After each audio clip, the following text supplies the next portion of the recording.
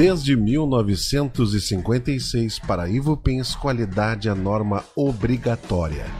Por isso, toda vez que você precisar de tubos pretos, galvanizados e plásticos à pronta entrega, em todas as bitolas, é recomendável conhecer propostas Ivupens, porque sua obra não pode parar.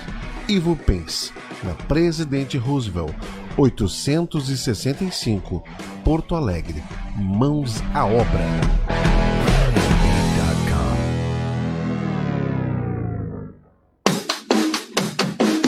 E-oh, e-oh. E-oh, e-oh. E-oh, e-oh. E-oh, e-oh. Sapo que chama chuva e que diz que foi, não foi. A mulher que pega foice tem o traje de viúva. Raposa que come uva tem o dente degotado. Homem que faz machado já pode chamar ferreiro. Nego do beiço coveiro tem o pé aparentado. Rádio Web EO. Aqui se faz, aqui se paga. Eu que sei, fico quieto. Desde 1956, para a Ivupens, qualidade é norma obrigatória.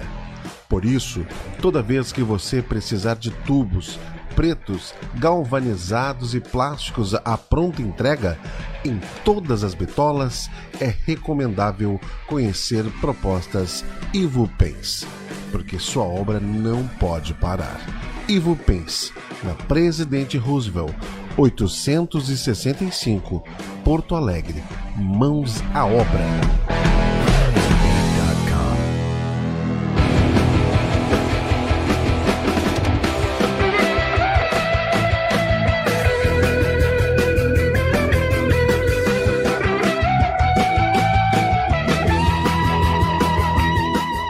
Você vai ouvir agora na Rádio Web EO, programa Ubuntu. Sou quem sou porque somos todos nós.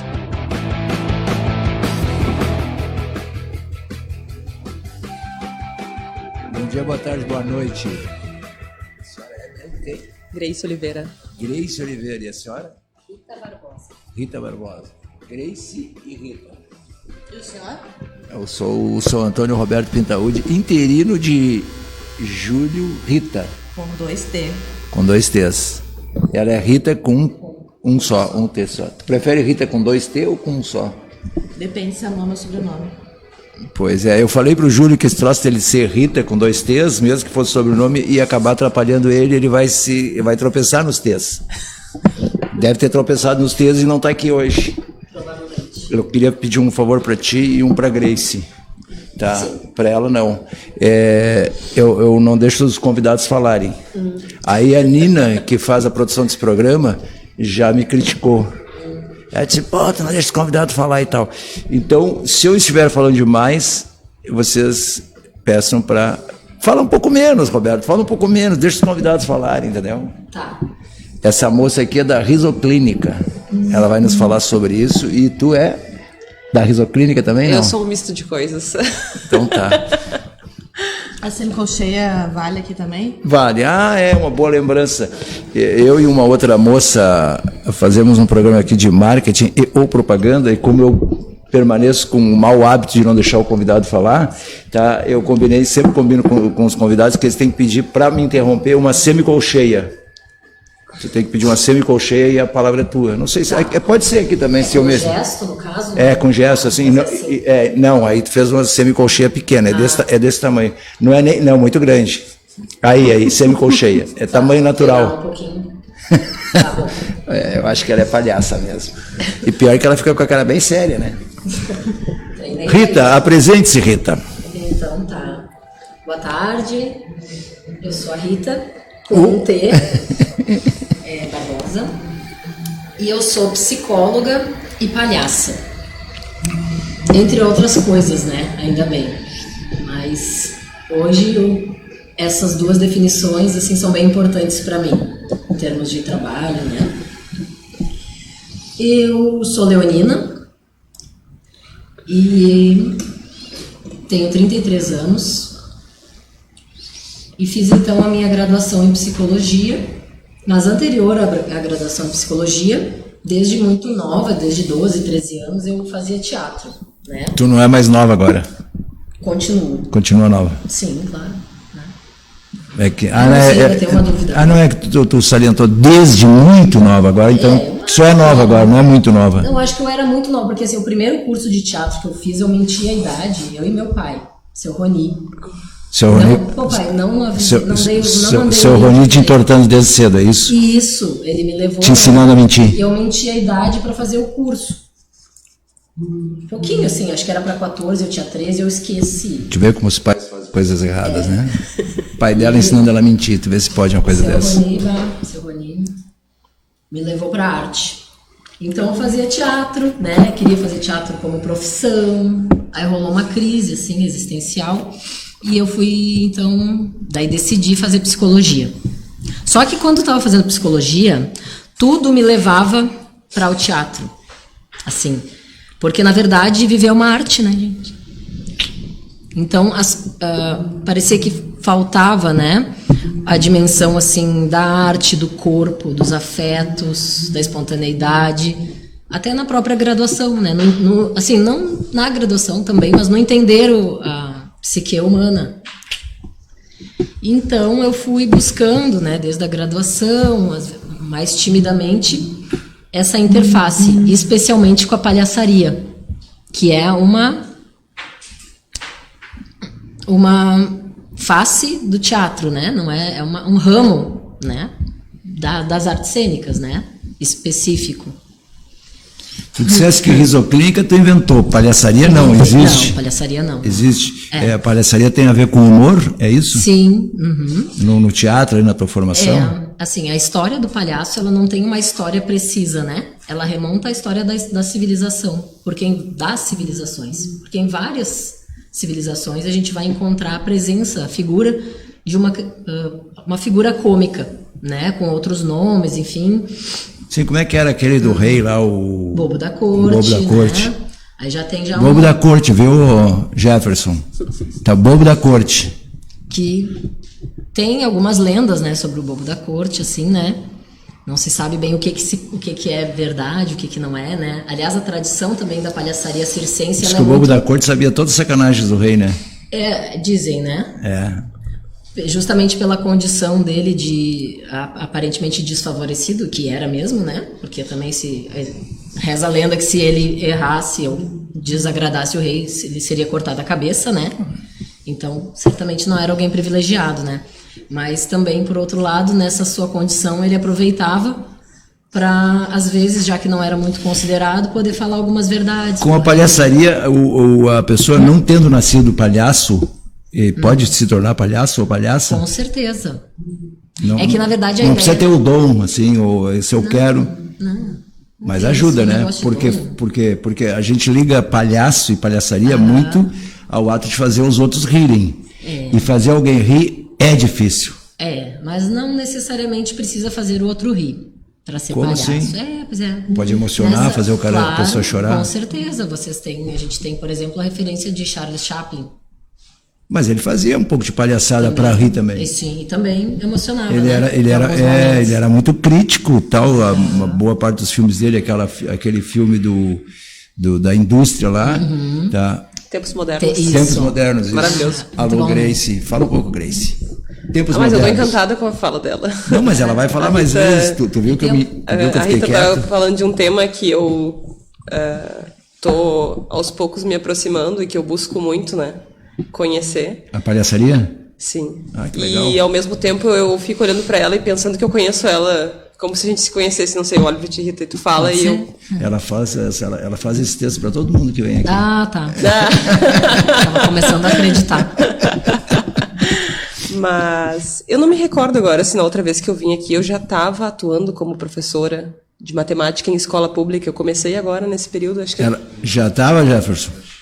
Não, eu estava só no cursinho, né? E agora eu tô com a experiência de já dentro de uma sala de aula, em uma escola, né? em um bairro lá em Novo Hamburgo. Eu moro em São Leopoldo. Sim. Então tá sendo bem rico. E eu fico imaginando como que eu posso trazer para dentro do universo da escola e da educação temas que tragam essa questão do ser humano, da valorização, da expressão, né? Porque a gente não tem isso no currículo obrigatório, não tem nada prático. Artes fica uma coisa muito voltada a estudar algumas coisas, alguns artistas plásticos. Mas sabe que eu tenho a impressão que, fora as exatas, todas as outras faculdades estão com os currículos tudo defasado, tudo errado, e tudo inadequado, que precisaria uma grande reformulação. As exatas não, porque tu vai ensinar um cara a ser médico, tem que fazer de forma correta ali, corta o coração assim, faz assado. Um pouco. Mas as outras, que as não exatas, sabe, eu só ouço pessoas dizerem qualquer coisa parecida com o que Mas tá sabe dizendo. que eu fazia engenharia antes, eu acho que E tinha esse tipo de coisa também? Não, e eu acho que precisa disso, porque a gente faz as coisas de exatas para uma sociedade que é humana. Então a gente tem que ter essa reflexão, né, sobre estou fazendo, por que eu estou fazendo e como estou fazendo, né? Ontem eu estava conversando com um pessoal que trabalha com comunicação não violenta, que é um outro tema que eu estou buscando aos pouquinhos também, beirando para conhecer mais. Comunicação não violenta. Mas como assim? Aí a comunicação é violenta e tem que formatar a não violenta? Um exemplo, por exemplo, a de comunicação. A pessoa pensa que o fato dela ouvir o outro é não violento, tá? Ela tá ouvindo. Mas se ela tá pensando ao mesmo tempo que o outro tá falando e ela tá já programando uma resposta para cada coisa que ele tá falando, isso é uma comunicação violenta. É o fato da gente ter sempre alguma coisa para falar e a gente ter dificuldade de ouvir o outro. Deixa eu te comentar como amenidade. Tu sabe que eu já li, não vou dizer que isso está certo ou está errado, já li que quem tem muito esse hábito são as mulheres. Várias vezes já li em vários lugares, de maneira séria, de maneira não séria, brincando com isso e tal. Como é que é? Repete aí, vamos ver. Quando a pessoa está pensando, está ouvindo... Já está criando uma resposta antes da pessoa ter terminado a fala, no caso, né? Quando o ouvinte já está preparando uma resposta e ele não está prestando atenção no que o locutor está falando. Isso sempre foi assim, né? Desde que inventaram o planeta, né? Basicamente. E piorou agora com redes digitais, né? Também, porque as pessoas querem muito falar, mas não querem ouvir, né? Não. Quero que saibam a minha opinião, e a minha opinião é uma verdade, e a minha verdade é imutável, né? Como se a verdade fosse algo imutável. Como eu sou antigo, eu me dou o direito de estar o tempo todo reclamando. Tu me ouve, me olha aqui, eu quero falar, pare um pouquinho, me escuta. Eu fico o tempo todo falando assim, desse jeito, quando eu estou falando não assim num programa, né? Como a gente está aqui. Me escuta. Não, eu estou te ouvindo sim, não está ouvindo coisa nenhuma. É que daí isso é um tipo de... Tu entende que a pessoa pode dizer que está ouvindo, mas se ela está prestando atenção em outra coisa, ela está realizando uma comunicação violenta contigo também. Porque ela não está prestando atenção de verdade em ti. Ela falou em risoclínica, né? Isso. E palhaçaria. E tu falou uma outra coisa agora que eu vou começar a aplicar. A pessoa está falando com alguém não está prestando atenção. Diz, pô, para com essa relação violenta comigo. Claro. Muito boa, gostei, Grace. Para com essa relação violenta, com essa conversa violenta. Como é que é, né? Comunicação não violenta. Eu não sou perita para falar, né? Eu li muito pouco ainda ainda não consegui assistir nenhuma oficina, mas eu estou procurando algumas para me inteirar mais sobre isso, porque eu tenho esse hábito. Eu penso muito, estou sempre muito cansada por estar o tempo todo pensando uma resposta para tudo. Tu sabe que ouvindo vocês duas, eu fico com mais convicção de uma coisa que também a gente ouve bastante durante o tempo que a gente está no planeta, que assim, sempre depois de um período ruim ou de uma coisa ruim, vai virar uma coisa boa. A gente já começou a ouvir tanto questionamento, principalmente por causa das redes sociais, apesar dos benefícios das redes sociais, que as redes sociais estão formatando um outro ser humano aí, que a gente não sabe bem como é que é. Mas, simultaneamente, estão aparecendo essas coisas que tu está colocando. Isso, para mim, é uma reformatação que vai levar para uma coisa melhor do que a gente vive hoje. Seguramente. Sempre tem essas coisas cíclicas. É mais ou menos que nem a roupa, né? Tu usa uma roupa assim, acha uma maravilha, daqui a 10 anos tu olha a tua foto, mas eu era muito ridículo usar isso. Daqui 20 é a mesma roupa. Daqui 20 é. Mas com algumas variações, né? É cíclico, mas sempre com uma pequena evolução a mais. Agora, por exemplo, acho que mais ou menos eu botei fora, eu dei umas 20 calças, mais ou menos, olha, eu além de não ligar muito para isso, eu faço força para não ligar, mas eu experimentei as calças e depois que apareceu esse troço slim aqui, que coisa ridícula são aquelas calças, que eu já usei mais larga que aquilo e às vezes até alargando mais ainda. Elas são ridículas, é uma coisa... Mas sabe que isso tem tudo a ver com a palhaçaria, né? A questão do ridículo. e a questão do erro, né? E da crise. Porque, na verdade, a ideia da palhaçaria, né? Porque dentro da linha que eu trabalho, que não sou única, né? Mas que não é única, então se entende que o estado de palhaço, de palhaça, ele é um estado onde tu tá aberto para o teu ridículo, aceitando ele e abraçando o teu erro, né? Então aquilo que aparentemente pode ser uma coisa ruim, pode se transformar em alguma coisa muito interessante se eu der espaço para perceber o que aquela situação está apresentando, né? Então, às vezes, numa cena onde era para tudo dar certo, mas aí de repente cai um objeto no chão. Se é uma cena de ator, de teatro, aquilo atrapalha a cena, né? Se é uma cena de palhaço, aquilo é o maior presente que o palhaço pode receber, porque são tantas as possibilidades que tu tem. As pessoas nem vão saber se é realmente um erro ou não, ou se estava no script. Sim, não tem problema, porque o erro está fazendo parte. O Salvador Dalí fez uma frase bem bacaninha em relação a essa coisa do ridículo. Ele falou que só pode se considerar verdadeiramente livre e criativo quem não tem medo do ridículo. Que é tu, o ridículo ele está dizendo com isso o seguinte: a capacidade que a pessoa deve ter de ousar sem medo do erro. Né? Eu diria de rir de si mesmo também, né? De não... Que é difícil para a maioria das pessoas, né? Que a ideia, né, dessa linha da palhaçaria, então, não é de rir do outro, né? É de rir de si, né? De poder se apresentar frágil mesmo, errado mesmo, feio mesmo, com a roupa feio mesmo, ó, viu, Natália, que eu falo aqui sempre. Essa é a minha chance. Viu? A Márcia, que apresenta o programa que eu apresento com ela aqui, ela não aguenta mais me ouvir dizer que a minha mãe não gostava de mim. Por que ela não gostava de mim? Né? Não, mas ela fez umas coisas. Foi bom. Olha, obrigada, viu? A minha mãe não gostava de mim. Tem várias situações que eu vivi ao longo da vida com ela, mas a principal que eu enfatizo sempre, eu devo ter sido a única criança no mundo, desde que existe o mundo, que não foi fotografada, nenezinho. Eu só fui minha mãe fez a minha primeira foto com 5 anos. Sabe por que ela dizia? Que eu era muito feio. Tu imagina uma mãe. Que legal. Tem milhares de crianças feias que tua tia tem um nenenzinho, tá, é horrível, tem umas orelhas de abano e tal. E tu diz, ai, que lindo. Pelo menos por uma coisa de educação. Né? A minha mãe só foi me fotografar quando eu tinha 5 anos de idade. Ela disse que eu era muito feio. Outra característica do palhaço, sinceridade. A verdade, né? Eu diria, não é sinceridade no sentido... Eu acho que eu sou palhaço. Talvez. Na verdade, todos são, né? Eu achei interessante que tu falou que palhaçaria é uma filosofia de vida. Sim. Acho muito interessante. Exatamente, porque é um modo de se colocar, né? Em relação com o outro, em relação consigo mesmo, né? Onde eu me coloco com verdade em relação a mim mesmo. O mesmo tu não precisaria ter dito, se colocar consigo é contigo, não é exagerei. Comigo. Exagerou. Desculpa, dá para editar? Depois eu peço para editar, mas o professor Cláudio Moreno disse que pode, que a língua é aquilo que a gente fala. Então tá bom. Então pode. Tá. Então, eu falo um monte isso, né? Consigo mesmo.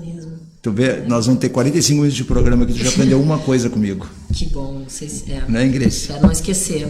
Como é que é a violência, é um aprendizado constante, né? Como é que é a violência? Vai de novo aí na não violência. Existem vários tipos, mas complementando o que ela falava sobre essa questão da gente se aceitar, né? O quanto a gente cresce com uma visão, no caso, imposta ao contrário, né? O quanto a gente cresce quando a gente percebe que a mãe da gente é razão e tu é feio mesmo.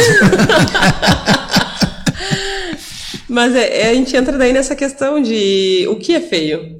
Quem disse o que é feio? Quem disse, né? Existe todo esse consenso social que vai nos moldando e vai nos limitando e não permite que a gente seja o que nós somos. Então, a gente começa a criar várias máscaras e essas máscaras pesam. Então, no momento que tu sustentar o tempo todo, né? No momento que tu trabalha com essa parte da palhaçaria, é o momento de entender que tu é assim e tu não precisa colocar uma máscara para te esconder. Que ninguém vai não te aceitar pelo jeito que tu é. Que tu eres. Vou falar mais bonito, porque aqui no Rio Grande do Sul a gente fala tudo mal, né? A gente fala consigo mesmo. Esse ainda é o menor. A gente nunca conjuga. O verbo nunca tá no plural, né? Não. Tipo, nós vamos. Consegue cortar até o S do verbo que nem tem como cortar, né? Que é o vamos. E sabe que pensando nessa questão do português também, eu acho que eu não comentei contigo na última vez, que eu fiz um intercâmbio para o México ano passado. Eu participava de uma ONG que faz intercâmbios, né, que chama ISEC. E existem intercâmbios sociais e intercâmbios de trabalho. E aí, chegando, eu fui fazer um intercâmbio social na parte de educação, que eu queria dar aula numa escola pública lá. E chegando lá, eu ia dar aula de matemática, que é a minha formação, e eles disseram, nossa, mas a gente quer muito aprender português. Vamos fazer uma oficina de português em vez de matemática. Matemática a gente já tem na escola. E foi difícil ensinar português, porque tudo que eu ia falar, eu via que eu falava tudo errado. Tu começou a falar que nem o Vanderlei Luxemburgo, né? Não. Foi terminar o Real Madrid. Do inglês dele, sim, não.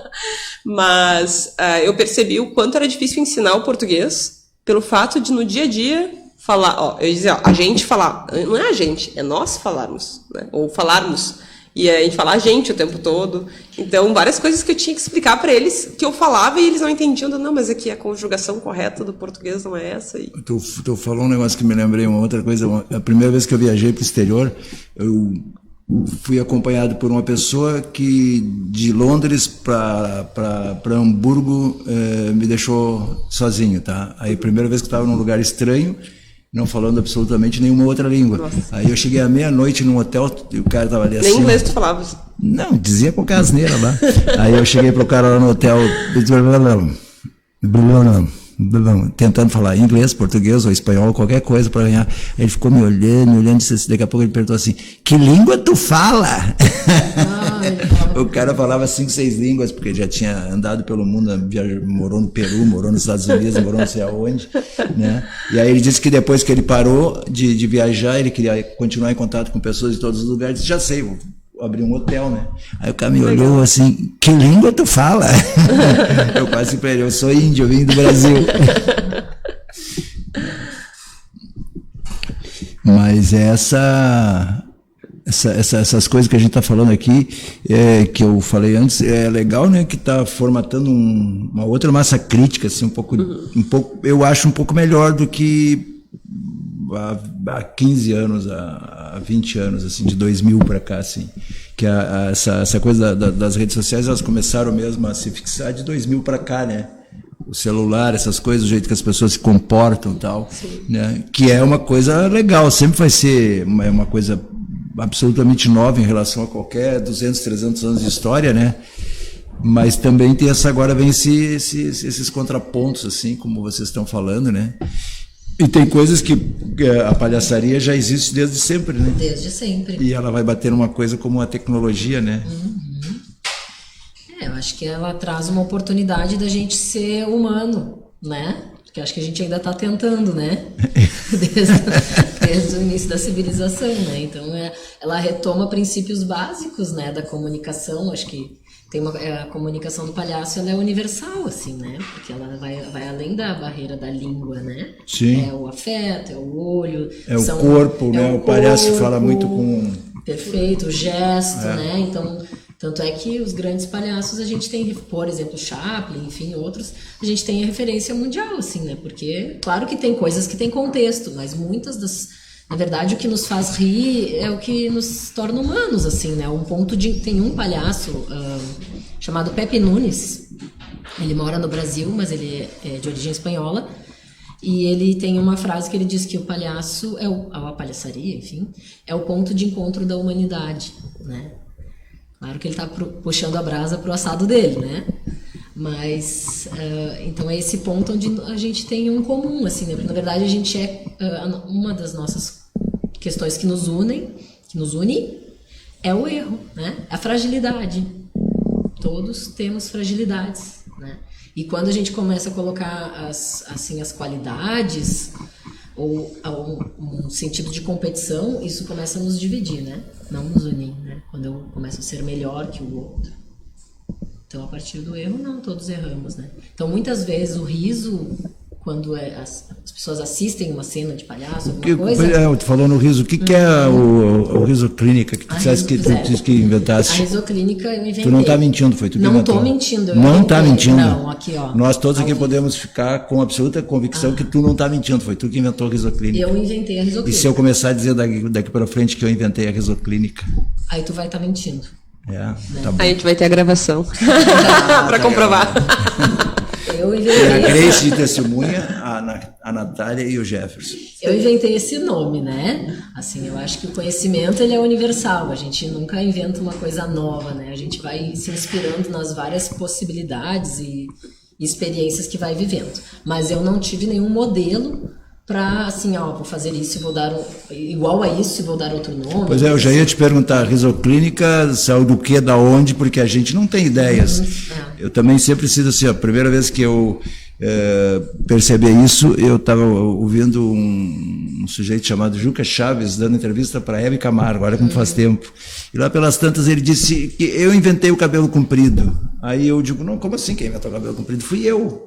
Que eu usava cabelo comprido também, aí que eu comecei a me dar conta dessa coisa que é o inconsciente coletivo, que a ideia que tu tá tendo aqui, alguém tá tendo no Japão, em Tupaciretã, na Alemanha e tal, a ideia é de quem pega primeiro.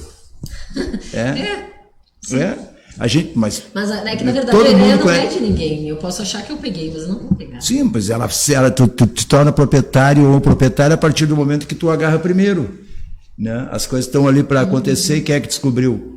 Isso aqui. Tá. Eu vou pesquisar para ver se a risoclínica já não existia em Tóquio, por exemplo. Tá. Conta, por favor, eu quero saber. Eu vou pesquisar e depois te falo. Tá. Fala aí da risoclínica. Então, a risoclínica foi um termo que eu inventei para definir essas ações que eu criei também a partir da minha experiência com psicologia e palhaçaria, né?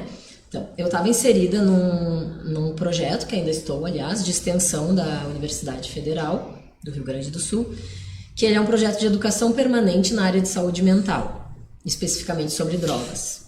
Aproveita, Jefferson, que ela vai falar aí, saúde permanente... Educação permanente em saúde mental. Em saúde mental, Especificamente cuidado ao uso e abuso de drogas.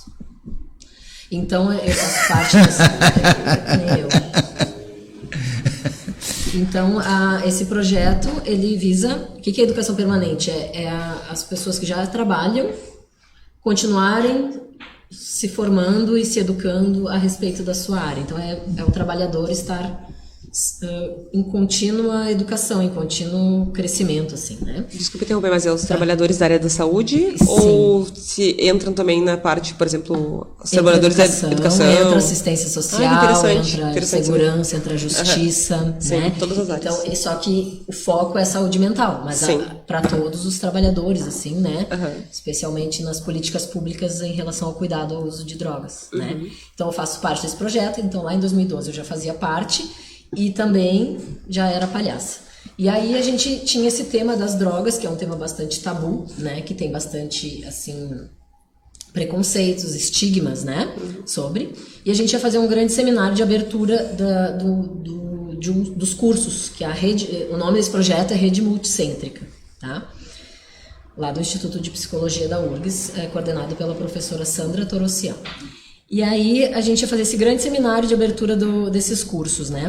E queria então trazer esse tema das drogas de alguma forma diferente, assim, porque por exemplo, é um dos temas onde as pessoas escutam e não ouvem.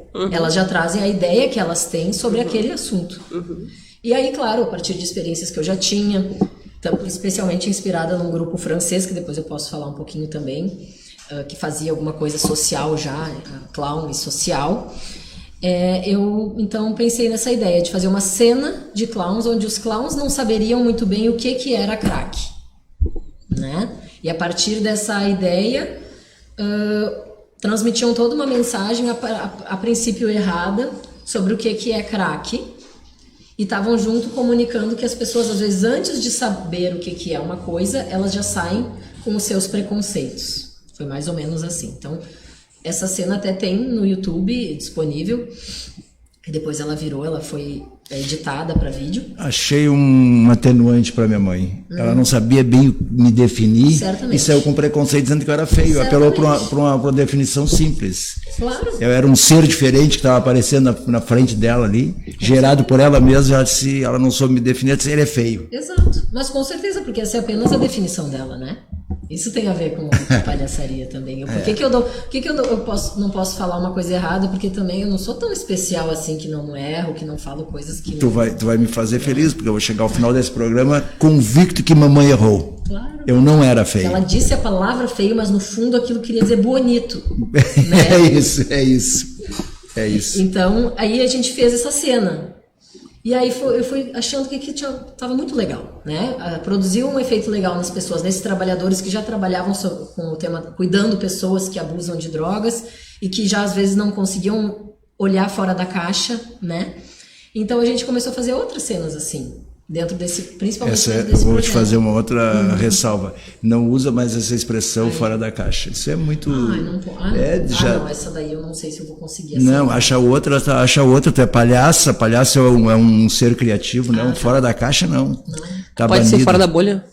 Fora da bolha, que não se usa tanto. Não, fora da caixa. Outra que eu vou te antecipar para ti também, viu? Não usa veja bem aqui. Veja bem, não. Não, veja bem, não funciona. Entendi. Tá. Não fica triste. Fiquei um pouco. Tu viu, ela ficou triste, Natália.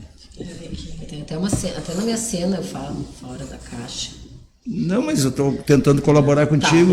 Eu sou uma pessoa, sou um profissional que Mas fora da bolha não ficou legal também. Não sei que palavra você pode usar. Eu também uso fora da caixa. Pelo menos fora da... Qual o problema de fora da caixa? Que é muito déjà vu isso aí. E qual o problema?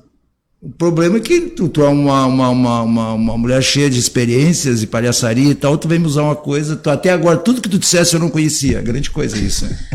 Agora, fora da caixa, tu conhecia? Eu conhecia, já umas 8 É legal falar. Tinha incluído. É legal fora da caixa, Tem usa que falar mais. alguma coisa pra plateia entender, entendeu? Tu traz um fora da caixa, se sentir incluído. Quer dizer que tu também tá contra mim?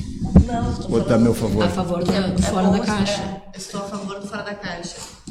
Quem sabe a gente abre uma semicolcheia e permite a ela que ela use fora da caixa, só ela. Sim. Tu não pode usar, só ela. Tudo bem, eu vou pensar na palavra para substituir. Não, tu foi ágil, tu tentou fora da bolha e tal, né? Não deu o mesmo sentido, né? Fora da casinha poderia ser? Fora da casinha eu gosto mais, que é mais vileiro, né? O fulano tá fora da casinha, velho! Entendeu? Entendi. Mais vileiro, assim, fora da caixa as pessoas adotaram aí, tu vai ver palestras aí de economia, o cara fala isso, tem que pensar fora da caixa. Como pensar fora da caixa? Entendi. Nesse sentido. Entendeu? Tu tá falando só coisas, eu não sei, elas duas aqui, ou ele, eu e ele não sabíamos nada do que tu tá falando. As duas aqui eu não sei. Né, Jefferson? Tu já tinha escutado as coisas que ela tá falando? Não, né? Que tava na caixa. Saúde mental para uso de drogas que a gente não gosta, né? Entendeu? Isso é uma coisa legal que ela tá falando e a gente nunca tinha escutado. Mas a intervenção é interessante porque é um assunto delicado, né? É um assunto que as pessoas não gostam de falar e mesmo pessoas que já tiveram experiências não legais ou até legais com drogas, quando vão falar disso, sempre troca de assunto, ou usa uma piada ou joga pro outro, nunca é um assunto tratado de verdade. Então essa intervenção, usar o humor de uma forma mais leve, acaba tendo uma aceitação melhor das pessoas para se falar desse assunto, né? Isso aí, porque como é uma coisa ilícita, né? O que tu está falando é uma coisa preciosa mesmo, ratificando o que ela disse. Quando é uma coisa ilícita e alguém te aponta o dedo, tu tende a criar anticorpos, né? Agora, se tu dá uma zoada com a pessoa, ela vai, pelo menos, ter uma reação mais querida, assim, para ouvir o que tu está dizendo, né? Sim, o sentido daí da cena de humor é colocar então os palhaços na condição de quem vai ser zoado, no caso, né? Assim, né? Então a gente não faz uma cena onde vai apontar diretamente que as pessoas estão entendendo errado. Então a gente faz uma cena onde mostra que aquele palhaço ele assume o lugar, né? Daí, aí bem inspirado por esse grupo francês aí também que usava o teatro do oprimido, que é brasileiro, né? Augusto Boal, mas usa no seu repertório. Então o palhaço ele vai assumir o lugar do oprimido, vamos dizer assim, né? Ou até do opressor nesse caso, mas assim ele vai assumir. O Augusto Boal tá vivo ainda? Creio que sim. Então ele vai ser ele o motivo de riso naquele momento. Porque não é uma cena, e isso tem a ver com comunicação não violenta, né? Porque não tem o objetivo ali de acusar ninguém, né? Mas de mostrar uma fragilidade do ser humano que está ali expressa na figura do palhaço. Isso também permite que as pessoas se desarmem um pouco e aí possam talvez pensar que quem sabe ela também às vezes faça aquilo, né? De um jeito que tu não tá trazendo uma acusação, tu tá colocando uma condição até de igualdade, né? Do erro. Sim. O que não significa comodismo, né? Então, inicialmente, eu inventei o nome risocrítica, até, falando em comodismo, assim, né? Porque eu pensava que aquilo, e acho que faz sentido, que aquilo, então, produziu uma crítica nas pessoas, né? Uma reflexão. Mas depois, então, a partir do mestrado e tudo, e continuando essas experiências, eu fui vendo que tinha essa dimensão clínica também, que é um pouco mais de escuta para as pessoas, poder entender aquele contexto e apresentar alguma coisa que para elas não seja só crítica, né? Mas também seja clínica, né? No sentido de ela conseguir se escutar, se perceber de um jeito diferente, né? Então, na verdade, são dimensões que estão juntas, né? A clínica, ela está associada com crítica também. Então, foi assim que eu criei este nome. Eu acho que, sabe o que nós vamos fazer, Natália? Nós vamos criar um programa aqui, que nós dois vamos apresentar a Risoclínica. E não... Legal, lembra de mim, daí fala assim, da Rita, no meio. Não, tu podia vir apresentar o programa, o que tu acha? Podemos negociar. E aí, Grace? Vamos de não violência. Espicha o assunto da não violência aqui, também foi legal. Eu não tenho muito para falar sobre assim, essa não violência, mas acho que eu posso falar um pouco sobre as experiências que eu tenho tido na escola, né, sobre isso. Claro, isso. É engraçado a questão de idealização que a gente faz, né? Eu sempre quis ser educadora. Fugi por muito tempo tentando ser engenheira, tentando outras coisas assim, mas eu fazia todos esses cursos porque eu queria ser professora no fim dessas disciplinas, né? Queria ser professora de engenharia, queria ser professora sempre nessa área. Sempre pensando em educação. Até que eu decidi me assumir como professora e fazer a licenciatura, né? E agora consegui essa oportunidade de poder dar aula em uma escola pública, que é muito diferente da realidade de dar aula num pré-vestibular. Tu dá aula de matemática? Uhum. Porque no pré-vestibular, que é uma experiência que eu já tenho há muito tempo, tu tem pessoas que são adultas, ou praticamente adultas, né? Se elas não têm 18, elas têm quase 18. Ou se fazem de adultas. É que às vezes a gente tem alguns alunos de terceiro ano, por exemplo, né? Que estão concluindo, então eles têm ainda 16, 17 anos, mas a grande maioria costuma ser adulto. E temos também pessoas que têm um foco, têm um objetivo, elas têm um interesse, elas estão ali, por mais que às vezes elas não gostem da aula e comecem a dispersar ou a tomar as atitudes que se tomaria na escola, como de começar a cochichar, conversar, olhar celular, lixar a unha, o que seja, né? Incomodar. Incomodar entre aspas, né? Porque eu também sempre fico pensando no... Qual é a minha responsabilidade quando um aluno não está querendo participar da minha aula? O que eu estou fazendo que não consegue chamar a atenção dele, não consegue atrair? Deve ter, ou pode ser, ele tem as suas razões lá para esse momentâneo desinteresse, como também tu pode estar falhando, né? Exatamente. Porque essa coisa que a gente falou antes do telefone que tu está repicando agora, tá? Ou a pessoa marca contigo e depois em cima da hora liga e um outro compromisso. A pessoa, tu é secundário, a pessoa está fazendo uma escolha no momento que ela está fazendo outra coisa quando está falando contigo. Exatamente. Ou a pessoa não está interessada, que é a opção 1, realmente, ou tu não está cativando, tu não está sendo suficientemente capaz de cativar a pessoa para ela ficar falando só contigo. Sim. Ou no caso de aula, né? Eu peguei o início, quando eu dei uns 5, 6 anos de aula, mas a minha aula também tinha uma tendência a ser um pouco mais solta, porque era aula de criação, mas mesmo assim já estava começando a ficar pleno esse troço do celular, né? No começo eu era terrivelmente contra isso. Aí eu comecei a estimular, tu tá usando o celular, eu acho que tu tá usando pouco. Faz o seguinte, na próxima aula, quando tu entrar aqui, tu já liga o celular e fica o tempo todo que eu estiver falando, tu fica usando o celular. Tá? E vai me dizendo o que tu tá vendo aí e tal, pode ser que tu possa colaborar. Aí comecei a ironizar, foi diminuindo, ou senão eu pegava e ia pro lado da pessoa, assim, ficava fazendo assim, até deixar ela encabulada. Porque ela estava olhando o celular, porque ela não estava interessada no que eu estava falando. Então eu digo, então eu vou dar uma atenção especial a essa pessoa que não está interessada no que eu estou falando, vou fazer ela se interessar, nem que seja através de uma palhaçada. E eu fazia uma palhaçada e a pessoa, ou por constrangimento, sei lá o que razão, meio que não pedia desculpa, professor, mas quase isso. Tá? Sempre intimidava por isso, né? Que a pessoa faz uma escolha, né? Você está dando aula, a pessoa não está te ouvindo, ela está interessada em outra coisa. Eu sempre fui assim um aluno de nota 5, mas eu acho assim horrível alguém estar falando, seja numa palestra, em qualquer coisa. Eu tenho um amigo que foi meu professor, ele deve ter sido péssimo na faculdade, porque só falam mal dele o tempo que ele foi professor, tá? Mas eu nem estava ouvindo o que ele estava fazendo, mas eu ficava assim, eu era triatento, só faltava levantar a mão e perguntar uma coisa sobre o que eu não estava ouvindo, mas para mim era uma retribuição. Então, vou lá para o banheiro fazer outra coisa, entendeu? Sim.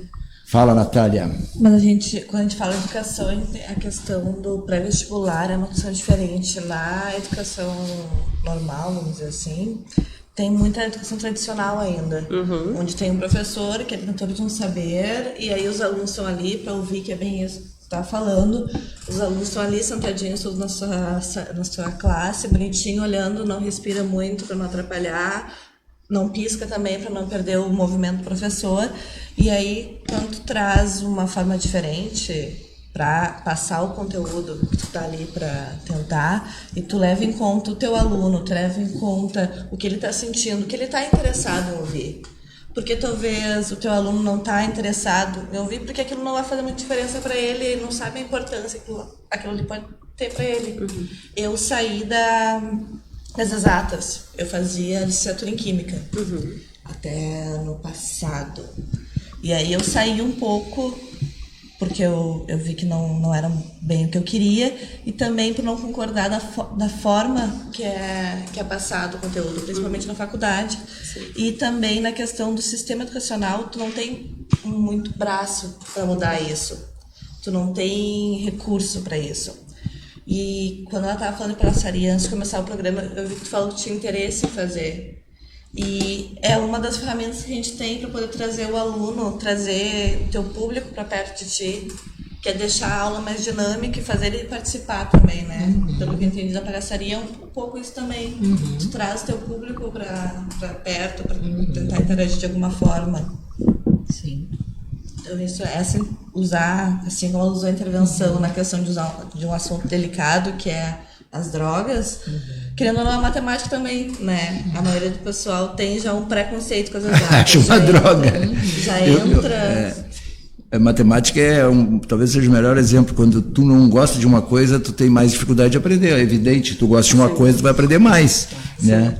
E às vezes tem isso que eu falei antes do professor saber virar assim um assado. Eu nunca me dei bem por achar que não sabia fazer, passava a não gostar, e por não gostar eu sabia. É o processo. Eu tive um ano só que eu troquei de colégio, que eu me encantei com matemática. Eu sempre tirava 4,5, assim, ali, fazia um esforço de algum jeito para passar. Aquele ano eu tirei 9, 10, porque o primeiro dia que o professor entrou na sala de aula, ele falou, eu entendi tudo que ele falou. Não sei o que ele tinha, entendi tudo as coisas que eu já tinha escutado, que eu, não sei o que é isso, não sei o que é isso. Fiquei maravilhado, eu digo que ótimo. Agora, por exemplo, eu administrei uma marca de uma agência de propaganda durante um tempo grande, sempre na área de criação. E só lidava com aquilo, não cuidava dos negócios. Aí isso aí não deu certo e tal.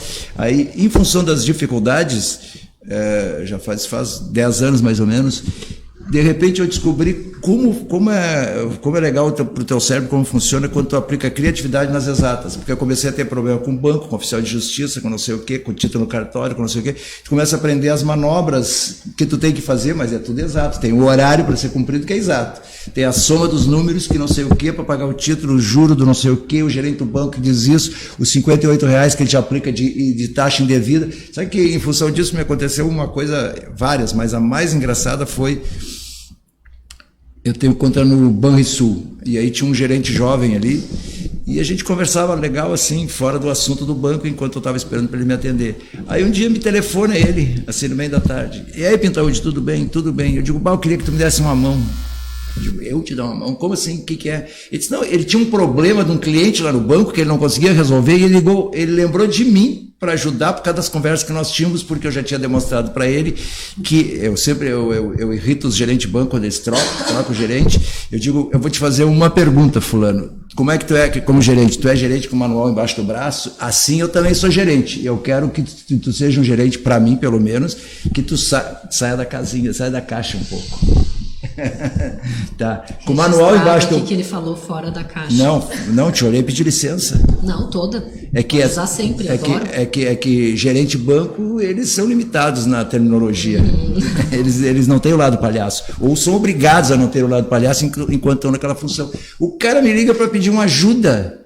E pior que eu ajudei ele. Ele sabia como é que eu fazia determinados raciocínios para contestar. Ele me pegou a partir das contestações. Tá? E ele disse, e era um troço de exatas, assim. Então, quando tu descobre, aí eu descobri agora de novo, eu senti esse prazer de lidar com números, que aparentemente eu odeio, por causa das dificuldades. Aí eu digo, mas eu sou criativo, sou melhor que o gerente do banco sendo criativo nas exatas. Você sabe que em relação à sala de aula, né, a gente tu dá para criança ou para adulto também? Olha, só o 7º e 8º ano, então eu tenho de 12 até 17 anos. Tem vários que são repetentes, né? Eu dou aula num bairro que tem um problema de tráfico, que tem vários problemas de violência doméstica, né? Então, muitos abandonos. E tu pega a faixa mais incomodativa dos 12 aos 17, né? De 12 incomoda pra caramba. Pois é, eles são muito agitados, isso é um fato. Mas eu acho que são muito especiais, assim. Eu acho que o que acontece como ser humano, as pessoas em geral são muito podadas, né? São podadas dentro da família, são podadas dentro da escola, porque se tinha modelos e se quer continuar mantendo modelos mesmo tendo uma geração nova, uma geração que é criada no celular. A gente tem umas placas na sala de aula dizendo proibido usar celular. Por mais que a gente fale não usem o celular, eles não vão, porque senão eu vou tirar quase a sala inteira. Os que não usam é porque não tem. Porque se tivessem, estariam usando, sabe? Mas isso também é muito louco, né? Numa geração onde eles são criados no celular, como é que tu quer que dentro da sala de aula ele não use o celular? Como é que tu quer que eles gostem de algo, que seja atrativo, algo que eles não podem fazer, uma coisa que é natural já pra eles, entendeu? Vou trancar o teu aluno. Mas, Natália, uma coisa que eu tava pensando também sobre o que tu falaste antes da questão da atratividade, assim, que eu estou experimentando agora isso, né, que é trabalhar com essa faixa etária, que é mais jovem, em que quando tu tenta trazer um modelo de aula diferente, eles não entendem. Eles acham que como eles são acostumados sempre a maioria, né, fica sentado, fica quieto e copia tudo que eu falo, tá, claro que tem que copiar. Mas a questão de sentir sempre que está abaixo na hierarquia faz com que eles se sintam totalmente sem chão quando tu chega e diz assim, não, vamos fazer uma coisa diferente. Começa uma loucurada, assim, com essa gritaria, uma correria e cansa muito também, né? Mas aí eu fico sempre pensando, porque faz 2 meses que eu estou dando aula para essa faixa etária, no ensino obrigatório. Que nem eu comentei antes, o cursinho, a pessoa está lá porque tem um objetivo. Eu quero passar no vestibular, eu escolho vir para o cursinho. Na escola básica, na educação básica, não. Na educação básica, se eu não for na escola, meus pais são chamados pelo conselho tutelar. Eu só estou aqui para que meus pais não briguem comigo, porque senão eles vão ser responsabilizados pelo conselho tutelar. E não vem uma perspectiva. Então é muito difícil trabalhar sem a perspectiva da grande maioria. E aí eu estou sempre procurando, né, artifícios e coisas assim para trazer de diferente para a aula, para tentar... A matemática, por exemplo, tem essa questão de algumas pessoas terem muita facilidade e quererem que as outras tenham essa facilidade. Não aceitam que a pessoa não teve uma educação no concreto mais forte, né? Eu agora vou iniciar o curso de pedagogia, porque eu quero aprender como se ensina da base. Né? E eu gosto de aprender sobre todos os conteúdos. A pedagogia trabalha com estudos sociais, que seria geografia e história, trabalha com a parte de biologia, trabalha com a parte de matemática, de letramento, né? E eu quero descobrir uma coisa que eu falo, que é uma teoria minha, que eu nunca sei se é verdade, que é Por que as crianças chegam tão fracas em matemática e português também no ensino fundamental parte 2, que seria do 6º ano em diante? Em matemática, especialmente, seria porque os professores já foram fazer pedagogia porque não gostavam de matemática? Porque entenderam que pedagogia era uma área humana, como se matemática não fosse uma coisa humana, né? Para mim, tudo é humano. Mas tudo foi desenvolvido pelos humanos, né? Tu sabe que na matemática, especificamente, deve ter um outro histórico aqui, deve ter a idade do planeta.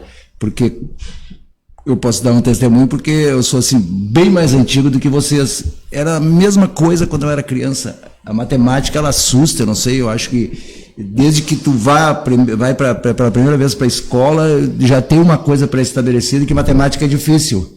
Tanto que essas que têm facilidade, logo as pessoas ali, não sei se se usa essa palavra, mas as pessoas tinham o hábito de dizer, o cara é um gêniozinho na matemática, porque saiu fora do padrão da média. Eu não sei se a matemática não teria que ter uma campanha publicitária dizendo, olha, se você souber matemática, você vai ganhar muito dinheiro. Talvez ajudasse. Não necessariamente. Não. Ajudasse porque ganhar dinheiro é um valor para todo mundo, né? Mas tem um pouco dessa mentalidade, né? Se tu faz exatas, tu vai ter dinheiro. Que nem eu. Eu comecei a química, mas todo mundo queria que fizesse engenharia. Porque eu tinha Sim, claro. Ou medicina ou direito. Que é todo mundo quer que uma filha faça, ou qualquer pessoa faça. E quando eu troquei da química, eu faço pedagogia bilíngue, português Libras. No curso que iniciou agora na URGS? Que legal. Não, no caso, no polo da URGS, né? Sim. É do Instituto Nacional de Educação de Surdos, no polo aqui da URGS. E... Tu sabe por que ela aderiu a esse curso? Para ver se eu escuto mais ela, porque ela vivia reclamando, eu te falo, tu não escuta, Pintaúde. Aí ela agora disse que vai fazer esse curso para ver se eu escuto. Agora eu vou falar em Libras contigo para ver. E é muito... Quando pega essa realidade de uma pessoa surda na escola, é mais complicado ainda. Porque, querendo ou não, eles não têm acesso nem a uma primeira língua. Né? Porque quase sempre uma pessoa surda nasce numa família ouvinte, que não está preparada para isso e já tem um preconceito envolvido nisso e acha que se a pessoa é surda, ela é deficiente. Ou ela precisa ser tratada e é uma deficiência e é um defeito, ela tem que começar a ouvir, porque a gente está numa sociedade ouvinte.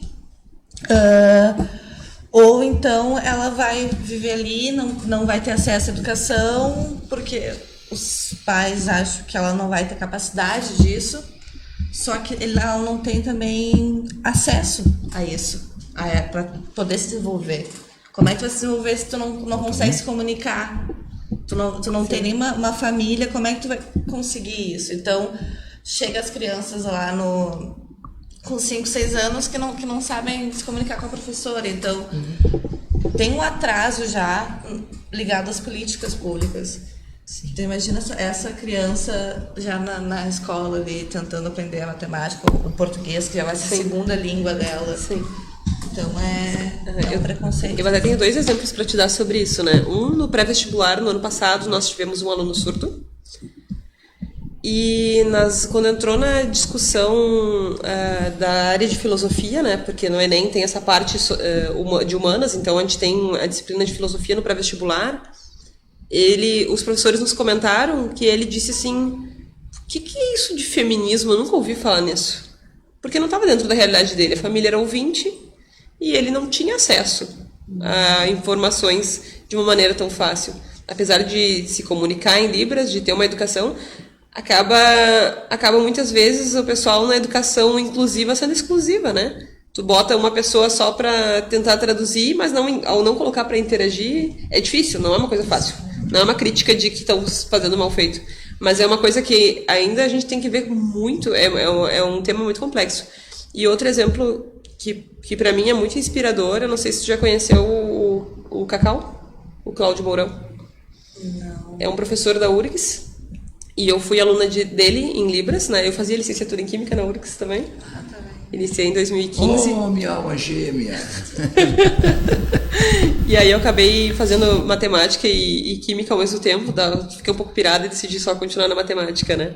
Por entender que a matemática eu teria um acesso mais voltada para essa parte, poderia trabalhar mais com a parte mais pedagógica e com crianças menores, do que na química só trabalha com o ensino médio. Mas o Cacau, numa das últimas aulas, ele nos passou sobre a história dele. E foi algo sensacional. Porque ele disse que até mais ou menos os 20, 22 anos, ele era um analfabeto funcional. Ele sabia ler e escrever, mas ele não compreendia o que ele lia. Porque a família era ouvinte e estudava numa escola de ouvintes e não tinha comunicação, não falava em Libras. E aí, quando ele conheceu mais pessoas surdas e aprendeu a falar Libras, o mundo dele virou. E aí, ele fez o curso de licenciatura Libras que tinha da UFSM à distância, né? Fazia no Polo, acho que aqui em Porto Alegre. E hoje, ele é um professor doutor na URGS. Então, uma pessoa que com 20 e poucos anos praticamente não sabia ler e escrever.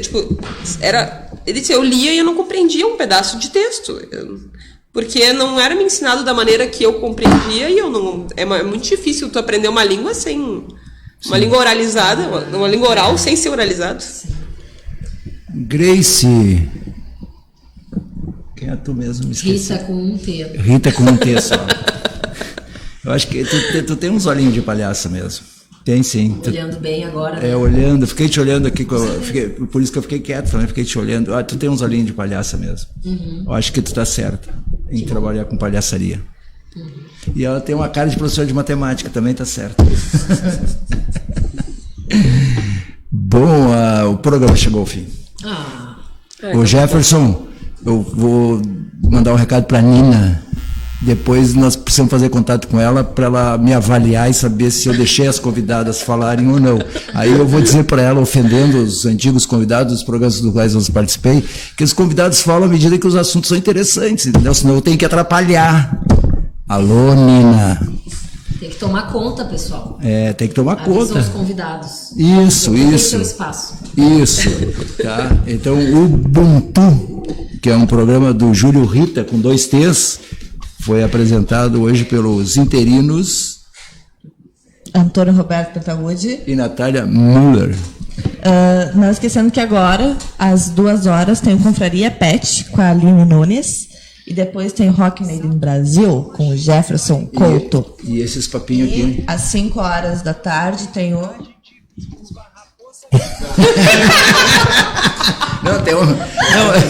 Eu vou repetir para vocês. Não, ela já me ajudou. Repetir para vocês aqui. Não, tem um programa maravilhoso às 17 horas. Tá? Escuta as minas. Que show. Eu te disse para ela também aqui no começo do programa, isso aqui, a gente se esforça aqui para fazer uma rádia. Legal. Uma rádia. Por tudo que é razão, até por querer ganhar dinheiro com isso. Legal. Até por isso também.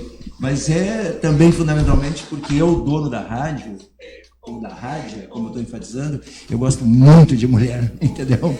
Que bom. Então, tudo fecha com tudo. O empoderamento, as mulheres, o não sei o quê, as suas reivindicações. Aliás, eu acho que foi tu, Grace, que falou na reconstrução da mulher. Não, na construção da Mulher em Construção, que é uma das ONGs que eu participo. Eu vou ter que te corrigir. A mulher não tem nada que está em construção. A mulher está bem construída, ela tem que fazer. Então é aquele papo de se reinventar, ela tem que se reconstruir.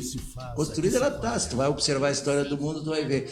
O que os homens sempre tiveram que fazer para dominar as mulheres? Usar a força. Porque senão. Entendeu? Então isso aqui é uma rádia. Eu gostei, eu pressuponho que a Natália também, muito de ter conversado contigo. E apareçam aí, falo lá com a Nina, me escale pra ir lá, não sei o que, na rádio. Tá, eu acho que o Júlio daqui a pouco tá de volta, aí de vez em quando ele tem muitos negócios e tal, muito dinheiro para cuidar, então ele não aparece e a gente faz um esforço aqui para conversar com vocês. O Júlio tem projetos lindíssimos, né? Isso, tem muita coisa para fazer isso. Então tá, né? Ubuntu chegou ao fim. Tchau! E-O, E-O. E-O, E-O.